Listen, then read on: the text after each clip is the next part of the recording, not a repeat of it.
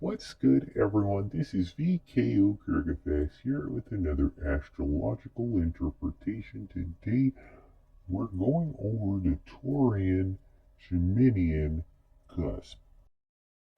The Taurian-Geminian cusp typically takes place between May 19th to May 24th when the sun is within that particular range, particularly we'll say about 29.50 degrees Taurus sun to about 3.33, if not 3.5 degrees Gemini sun.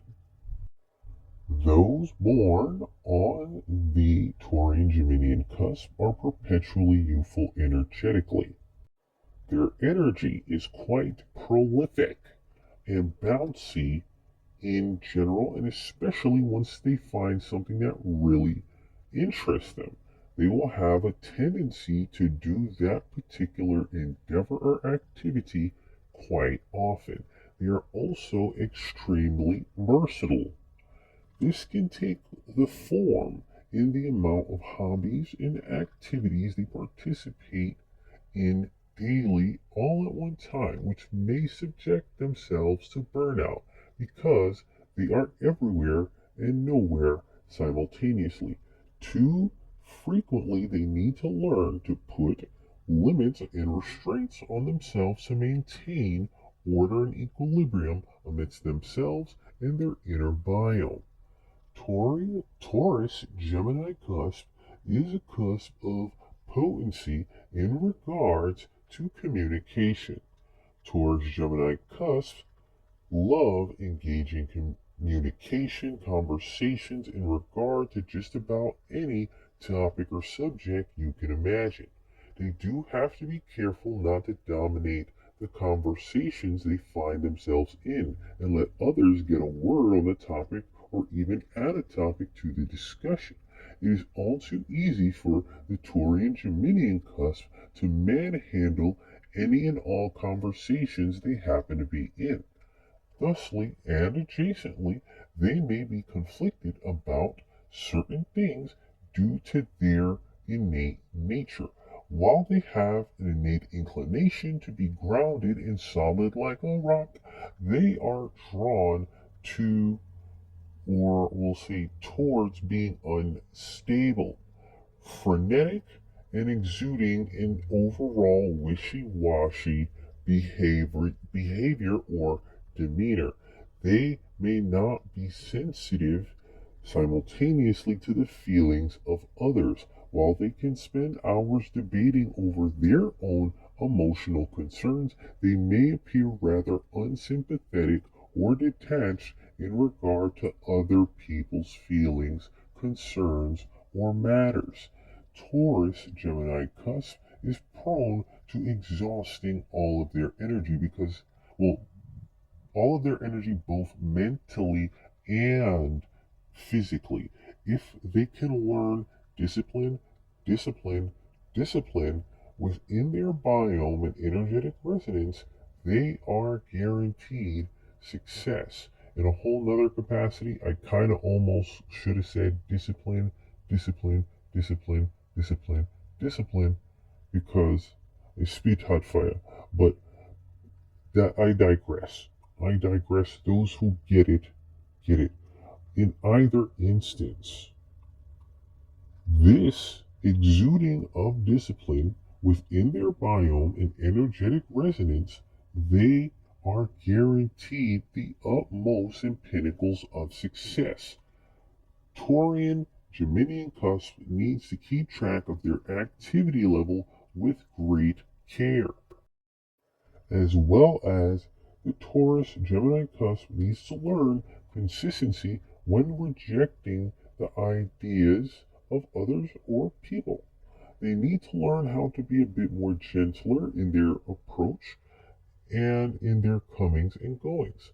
Confronting their own insecurities is another point of contention that will assist them and their overall growth. A good respite is also a good thing from time to time, and the old adage, less is more, can serve the Taurian-Geminian cusp a great deal. Taurian-Geminian cusp has a propensity to focus too much on monetary concerns and the acquisition of resources and material things. Taurian-Gemini cusp or Geminian cusp can be known to be rather gentle, dependable, and tolerant of those around them, but at the same time, they can be high-strung and scatterbrained. They are entertaining folk, however, and make the loyalists of companions who double as the life of the party and a great fun to be around. Their time is most enjoyed eating the tastiest of foods and morsels as well as enjoying a titillating conversation. Some of the Geminian cusp strengths are their innate sense of stability, their intellect and plenitude in their conversational skills, as well as capability to preserve, or not to preserve, to persevere, above all things is really emphasized and quite potent within these individuals. They are good at analyzing the foggiest of situations with clarity, meeting the challenge head on while still having the depth of speech to communicate the same purportments discovered amidst the foggy situation to others.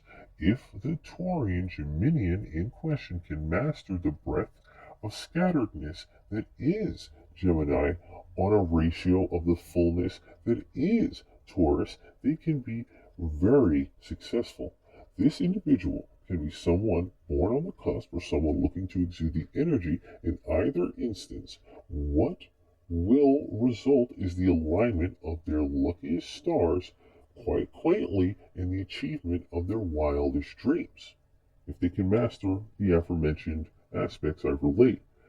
Broad-minded and hard-working sums up are two words that sum up the depth of the Taurian-Geminian cusp.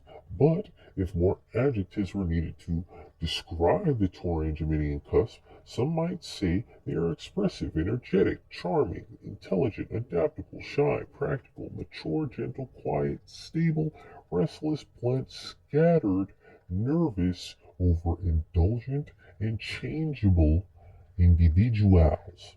The Taurian Geminian cusp doubly is known as the cusp of energy, or energon if we have any Transformers fans. Seeing as the totality of the ox tail end of Taurus is bouncing into the Geminian skies. Individuals born on the Taurus-Gemini cusp are independent and proud. They are talented, well, very talented actually, especially when they learn how to get their inclinations to work together. If they get unhappy, they tend to be rather extremely lethargic and apathetic. Learning to forgive is a dense lesson and a hard pill to swallow in this life for those with this energy or those exuding this energy, but it would be for the best, their best good, and their best interest to forgive. They may lastly have interest in the arts, music, travel, and social activities.